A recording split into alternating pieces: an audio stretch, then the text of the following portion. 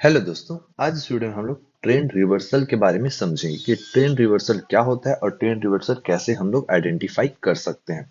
तो सबसे पहले सिंपली आपको पता होगा कि ट्रेंड तीन प्रकार के होते हैं। इसका वीडियो मैं ऑलरेडी आप लोग को अपलोड करके देख चुका हूँ। ठीक है, वहां आप जाकर देख सकते हैं कि ट्रेंड कैसे होते हैं, क्या क्या होता है, किस प्रकार के होते हैं। यहाँ पे मैं बेसिक आप डिटेल्स बता देता हूँ। ये हो गया हमारा अप ट्रेंड, ये हो गया हमारा साइड वे, ठीक है, और ये हो गया हमारा डाउन ट्रेंड। ठीक है, इस प्रकार से ये तीन ट्रेंड हमारा होता है। तो आप कैसे पकड़ पाओगे कि ये अप ट्रेंड है या डाउन ट्रेंड है या साइड वे है? तो अप ट्रेंड क्या करता है, एक हाई मारेगा, फिर करेक्शन लेगा, फिर हाई मारेगा, फिर करेक्शन लेगा, फिर हाई मारेगा, फिर करेक्शन लेगा, फिर हाई मारेगा। तो यहाँ पे जो लो बनेगा और यहाँ जो लो बनेगा, ये जो नीचे वाली लो है, ये ऊपर वाली लो के हमेशा ऊपर होना चाहिए। मतलब कि जो लो है ना, पहला लो दूसरे लो के ऊपर होना चाहिए, दूसरा लो तीसरे लो के ऊपर होना चाहिए। मतलब कि सॉरी, पहला लो जो है उसके ऊपर दूसरा लो होना चाहिए और दूसरा लो के ऊपर तीसरा लो होना चाहिए। कहने का मतलब इस प्रकार से एक अप मूव हम लोग को देखने को मिलना चाहिए। कभी भी अगर लो के नीचे अगला लो बनता है, मतलब यहाँ पे हम लोग को, ठीक है, ये हमारा अप मूव बिल्कुल भी नहीं कहलाएगा। ये चीज आपको समझ आ गया होगा। साइड में आपको पता होगा इस प्रकार से एक होता है कि जो हाई है और जो लो है वो लगभग एक लेवल के आसपास हो, तो ये हमारा साइड में बनते हुए नजर आता है। अगर डाउन ट्रेन है तो ये जो हाई बनेगी, ये हाई जो बनेगी ना, हमेशा अगला हाई जो रहेगा, ठीक है, अगला हाई रहेगा ना, वो हमेशा नीचे की तरफ होते हुए आएगा। जो पहला हाई बनेगा तो दूसरा हाई हमेशा नीचे रहेगा और तीसरा हाई दूसरा हाई से भी नीचे बनते हुए नजर आने वाला है। तो अब हम इसको सिंपली लाइव चार्ट में देखने की कोशिश करेंगे। तो सिंपली आप कहीं भी चार्ट उठा लो, कोई भी चार्ट उठा लो, तो आपको सिंपली करना है कि कहीं भी चार्ट उठा लेना है।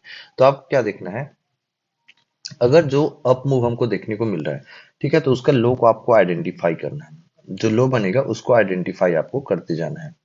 ठीक है, तो यहाँ पे देखो, ये जो लो है पहला, ये दूसरा, ये तीसरा और ये चौथा, क्या ये सब एक दूसरे से ऊपर है? तो हाँ, एक दूसरे से ऊपर है। कहने का मतलब ये अभी अप मूव में हम लोग को चलते हुए नजर आ रहा है। ठीक है, हमेशा तीसरा जब सपोर्ट लेवल बनेगा या तीसरा हम लोग को एक लो बनते हुए देखने को मिलेगा, तो हम वहां से एक ट्रेड प्लान कर सकते हैं। एग्जाम्पल के लिए दूसरा देखते हैं। जहां जैसे कि यहाँ पे देखो, एक लो बना यहाँ पे, फिर एक लो बना यहाँ पे, फिर तीसरा लो बना यहाँ पे। तो आप यहाँ पे एक अप मूव के लिए आप ट्रेड प्लान करके एक बड़ा प्रॉफिट कैप्चर कर सकते हो। ये एक अप हम लोग को देखने को मिल जाएगा।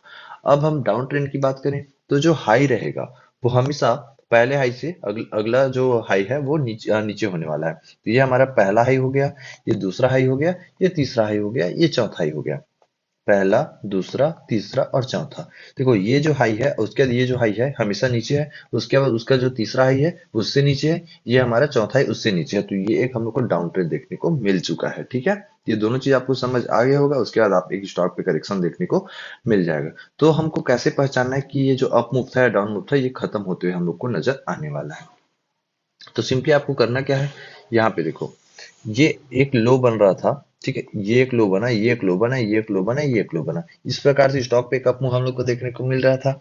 लेकिन गौर करो, यहाँ पे जब चौथा लो बना और उसके बाद जो लो बना वो इससे नीचे बना है। कहने का मतलब यहाँ से जो हमारा, ठीक है, ये अप मूव का ट्रेंड से खत्म होते हुए नजर आया था। ठीक है, यहाँ पे अप मूव खत्म होते हुए नजर आया। लेकिन आगे की तरफ अगर हम देखें, यहाँ पे डाउन ट्रेंड पे, तो ये पहले लो बना, फिर उससे लो, फिर उससे लो, फिर उससे लो, ये चारों लो बन रहा था। इसके बाद इसका जब अप ट्रेंड ब्रेकआउट हुआ, मतलब ऊपर जाना स्टार्ट हुआ, तो यहाँ से अप मूव आना स्टार्ट हो गया है। तो आपको बस ये दो चीजें ध्यान रखना है कि जो नीचे आ रहा है उसके बाद, ठीक है, अगला जो लो हाई है वो ऊपर गया। देखो, ये एक हाई, ये एक हाई, ये एक हाई, ये एक हाई, इस प्रकार से एक डाउन ट्रेंड पे था। लेकिन जो अगला हाई बना, अगर इससे ऊपर चला गया, मतलब ये अप ट्रेंड में कन्वर्ट हो चुका है।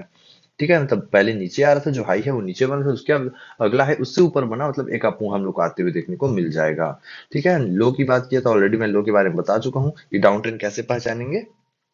इस प्रकार से का पहला लो, दूसरा, तीसरा लो, लेकिन उसके बाद का जो लो था वो हम लोग को नीचे बनते हुए देखना है। इसलिए यहाँ पे एक डाउन ट्रेंड हम लोग को देखने को स्टॉक पे मिल चुका है। ठीक है, तो यहाँ पे आप करेक्शन को आप देख करके, आइडेंटिफाई करके, ठीक है, एनालिसिस कर सकते हो। इस प्रकार से आपको एक रिजेक्शन लेवल पे ही, जो रिजेक्शन लेवल हमारा बनेगा, इसी से ही आप अपना, ठीक है, डाइवर्सन है या फिर आपका ट्रेंड रिवर्सल है उसको देखने को मिल सकता है। ठीक है, तो हमेशा याद रखना, जो लो बनता जाएगा हमेशा ऊपर बनना चाहिए।